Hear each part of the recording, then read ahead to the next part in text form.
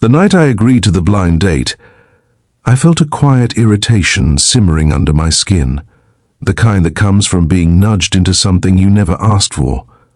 I remember standing in my small apartment in Columbus, Ohio, staring at my reflection and wondering how a simple favor for a friend had turned into a setup wrapped in secrecy.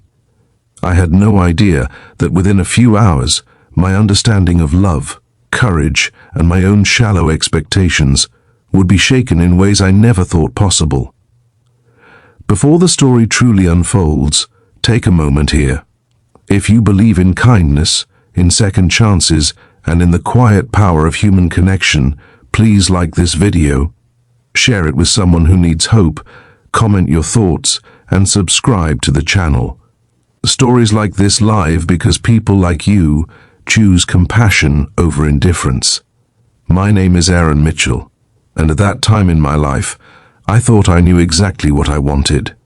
I was 31, working long hours as a junior architect, living alone, and convincing myself that I was content. Dating had become a checklist activity, something squeezed between deadlines and gym sessions. When my coworker Rebecca insisted I meet someone she described as extraordinary, I agreed out of politeness more than curiosity. She avoided details, smiling in a way that should have warned me, but I ignored the signal and drove to a small cafe near the Scioto River. The evening air was cool, and the cafe lights glowed warmly through the windows. I stepped inside expecting awkward small talk and a quick escape. Instead, what I felt first was confusion. At a corner table sat a young woman with chestnut hair pulled loosely over her shoulders, her hands resting calmly in her lap, her wheelchair positioned neatly beside the table. For a split second, disappointment flashed through me, sharp and ugly, followed immediately by shame for feeling it at all.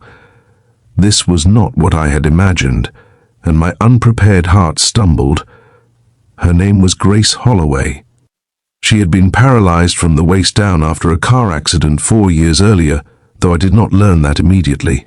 What struck me first was not the wheelchair, but the stillness around her, the kind that comes from someone who has made peace with storms others never see. As I sat across from her, my nerves twisted into knots.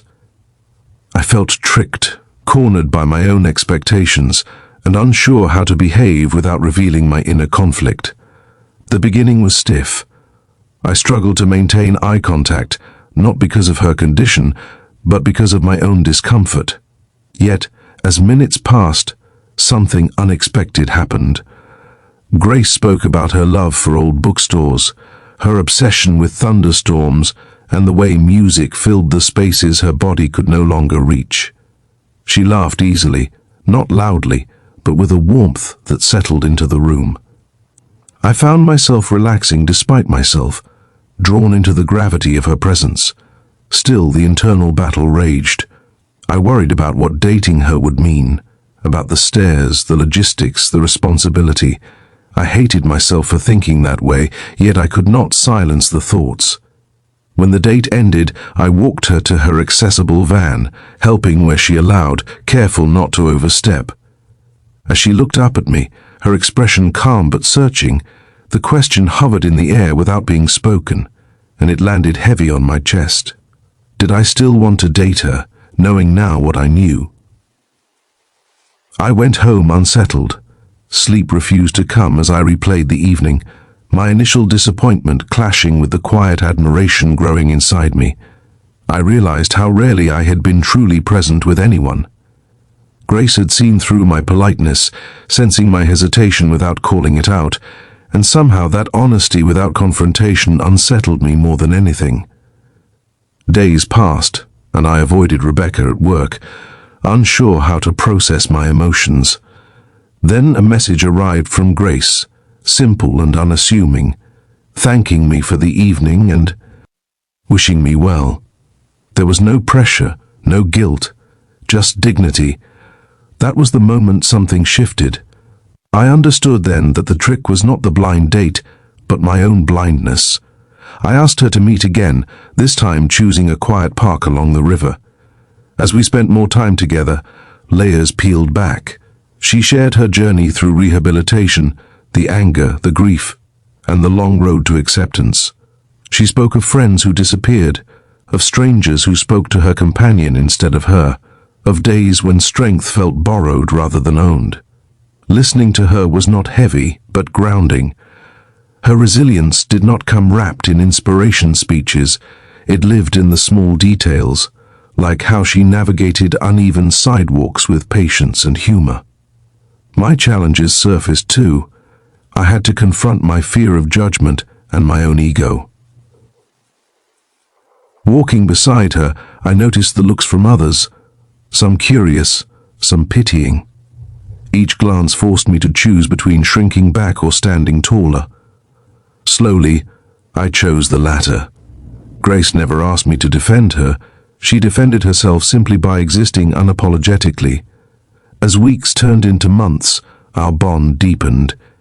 We found joy in ordinary moments, cooking together in her adapted kitchen, watching sunsets from her porch in a quiet neighborhood outside Columbus, sharing stories that stretched late into the night. Love did not arrive with fireworks. It crept in softly, reshaping my priorities, teaching me patience, humility, and a deeper kind of attraction rooted in respect. There were hard days when her body betrayed her with pain, when frustration clouded her eyes, when I felt helpless.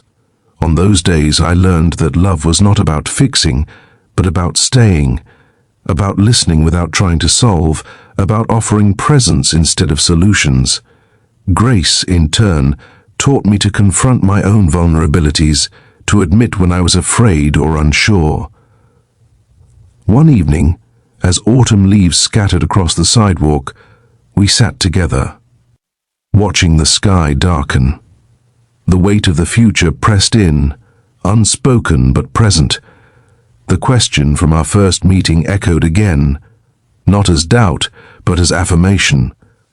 I knew then that my answer had changed, not because she was paralyzed, but because she had shown me how to stand firm in a world that often demands you sit down and disappear.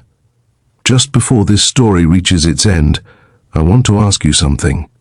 If you are still here, if Grace and Aaron's journey has stirred something inside you, please comment below with a single word that describes how this story made you feel. Your words matter more than you know. The day I realized I had fallen in love was unremarkable on the surface. We were grocery shopping, laughing over mismatched cereal boxes, navigating narrow aisles with practiced ease. In that moment, surrounded by the ordinary, I felt extraordinary gratitude. I had been tricked into a blind date, yes, but I had also been guided into seeing beyond my own limitations. This story is not about overcoming disability or heroic sacrifice. It is about unlearning prejudice, about choosing empathy when it feels uncomfortable, about recognizing strength in places society often overlooks. Grace did not need me to save her. She needed me to see her, and in doing so, she saved parts of me I did not know were lost. As the screen fades and the story settles in your heart, I invite you once more. If this journey touched you, if it challenged the way you see others or yourself, please like this video, share it with someone who needs a reminder of humanity, and subscribe to the channel.